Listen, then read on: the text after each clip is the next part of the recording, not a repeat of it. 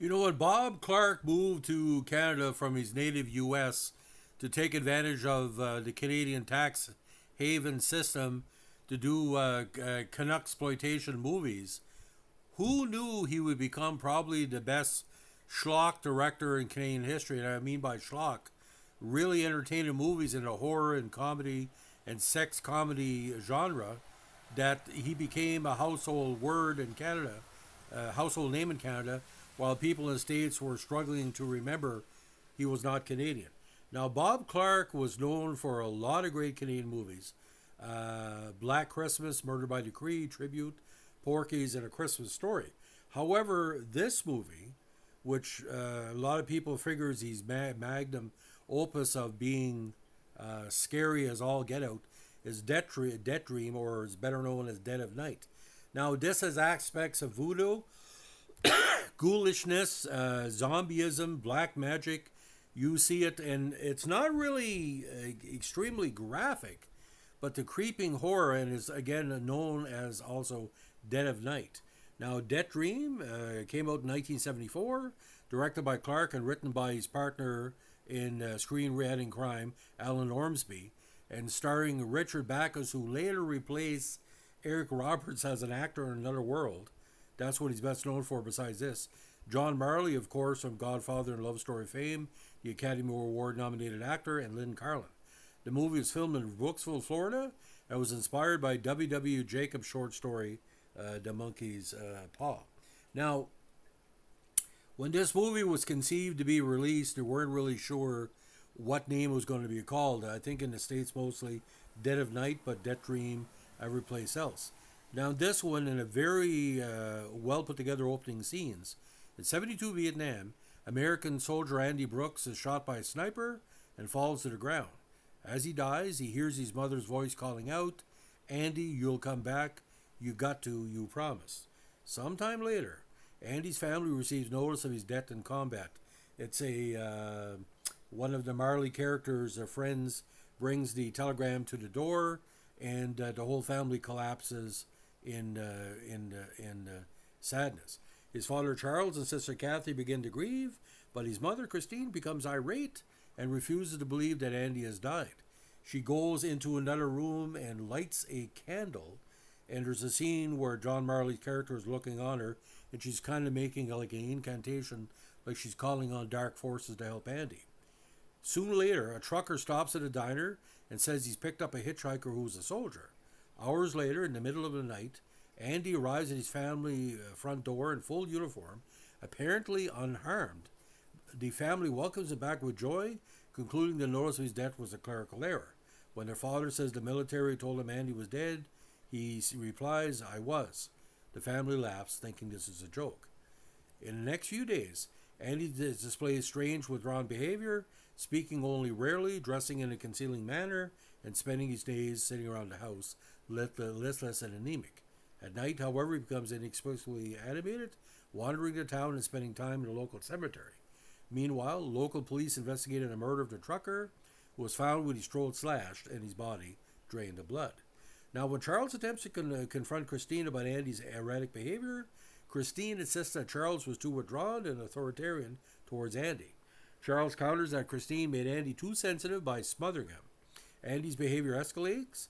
He eventually attacks a neighbor boy who attempts to demonstrate his karate skills, then kills the family dog when he tries to protect the child.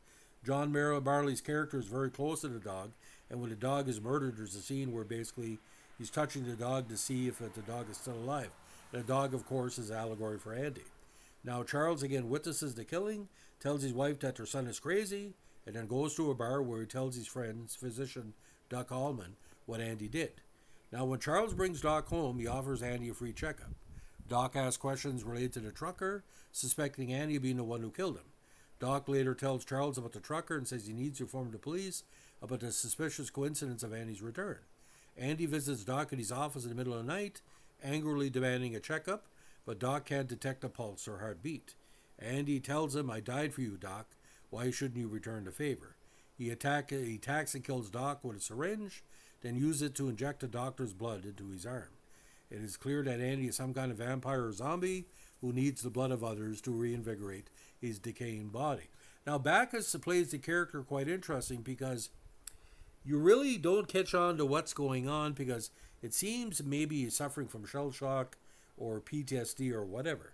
Now, the next day, Charles puts it all together. He learns of Doc's death and realizes his son is responsible. When Christine tells him that Andy is in a double date with Kathy, his high school sweetheart, Joanne, and his best friend, Bob, Charles gets his gun and goes looking for him. At a drive-in cinema, Andy visibly decays during a lack of blood.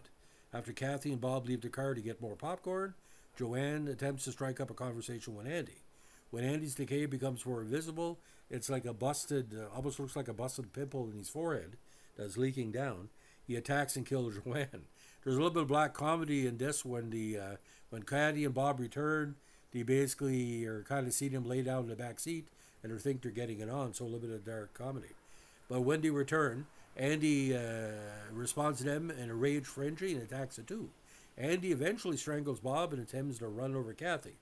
The Samaritan shoves Kathy to the side and is fatally hit by Andy. A very effective scene because it looks like a real body being rolled over.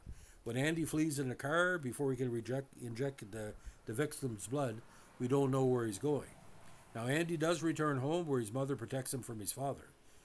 Charles, stricken with grief, sees the whole situation and blames himself and commits suicide off screen when he sees the monster his son has become. As Christine is driving Andy away, he is shot twice by police, and their gunfire sets the car on fire. The police pursuit ends at the cemetery, where Andy's decayed corpse is discovered writhing in a shallow grave beneath a tombstone on which he has scrawled his own name and the dates of his birth and death. Christine sobs as she tries to cover the corpse with dirt, and Andy is still going. Her car eventually explodes, and she tells the officers Andy's home. Some boys never come home. Now, a very, very interesting cast because John Marley as the father really brings a very strong performance. And as about John Marley, you get a John Marley performance, basically he can cut through bullshit. And this is what the character is. He knows something is wrong with his son, but he can't really face it. And when he does face it, he takes the responsibility. But it's the unknown factor of Charles's wife, Christine. Did she call black magic or some type of satanic thing to bring back Andy? But the opening scenes of the Vietnam are quite effective because it's almost like silent in a way, kind of a pantomime. It's quite interesting. Now, filming again took in Brooksville, Florida, in the fall of '72, under the working title The Night Walker. Cinematography, Jack McGowan said that Clark, who hailed from Fort Lauderdale, Florida, generally preferred filming in a state, and that he chose to shoot the film in Brooksville because of its nondescript small-town America look. Filming lasted 3 months, with the shoot presenting certain logistical issues, such as finding locations for cemetery scenes and avoiding Christmas lights during the holidays. And of course, the drive-in scenes were in the middle of winter. Much of the film was shot at 312 South Brookside Avenue. Now, at 88 minutes, it goes pretty fast. It was only released August 29, '74, and only cost $300,000 with, I guess, some Canadian money involved. Now, Ronald Sinclair did a great job of the editing, and Carl Zitterer's music was tremendous. Now, production companies, including Dead Walk Company, Quadrant Films, and Impact Films, and distributed by a very, very low-end company, Europix International. And of course, Bob Clark again directed and produced. Now, on the review aggregator Rotten Tomatoes, Deathdream has a very strong rating at 83%, based on 12 reviews, and an average rating of 6.7. In a contemporary review, Chuck Middlestad of the Albuquerque Journal deemed the film a lightweight spooker that starts out pretty slowly but builds into good nail-biter in the last half hour, but noted the dialogue is weak, adding that the actors do as well as they could with sophomoric lines. Dorothy Smilinich of the St. Petersburg Times felt the film only worked when taken as an allegory of America's involvement in the Vietnam War, stating, "Rarely in films is the message as obvious or stridently political. War turns men into monsters who, like the archetypical Frankenstein, may turn and destroy their creator." She added that Clark contributes nothing new to the genre, but he well understands the techniques for building terror. Now, in a retrospective review, Glenn Erickson of DVD Talk wrote, "The reason Deathdream works is its superior dramatic staging. The actors are excellent, especially John Marley and Carlin, both honored for their roles in the recent John Cassavetes Eddie's faces. Clark stages domestic scenes with a fine simplicity, and what we remember the most is the looks of bewilderment on the nicely framed faces. Paul Korupi of DVD Verdict wrote, Deathdream, the second collaboration by Clark and Ormsby, is a marked artistic and technical leap forward from the pair's overrated debut feature, Children Shouldn't Play with Dead Things. A modern spin on the classic Be Careful What You Wish For theme, Ormsby's screenplay balances a pointed Vietnam War allegory with pulpier aspects, with a shock ending, distinct moments of morbid comic relief, and beyond the grave retribution ripped from the pages of a 50s horror comic.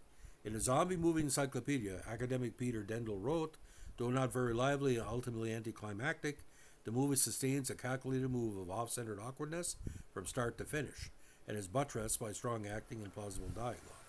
Glenn K. wrote in Zombie Movies, The Ultimate Guide, that Deathdream is one of Clark's creepiest and most thought-provoking works. Now, Blue Underground DVD released a special edition of Deathdream in 2004, and of course it remains a big hit on Hollywood Suite in Canada, our streaming channel. In 2017, Blue Underground released a 2K resolution edition on Blu-ray.